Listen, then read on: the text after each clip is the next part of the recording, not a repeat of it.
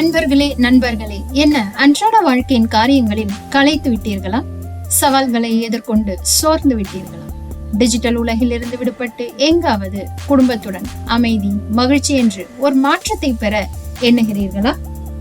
மன அழுத்தங்களையும் உணர்ச்சிகளையும் சமநிலைப்படுத்த, தினசரி வாழ்க்கையின் சவால்களை மென்மையாக கையாள, உள்ளார்ந்த சிந்தனையை மலர செய்ய, இல்லத்தரசிகள், தொழில் வல்லுநர்கள், மாணவர்கள் என்று அனைவரும் பங்கு பெறக்கூடிய மாற்றத்திற்கான ஆன்மீக முகாம்.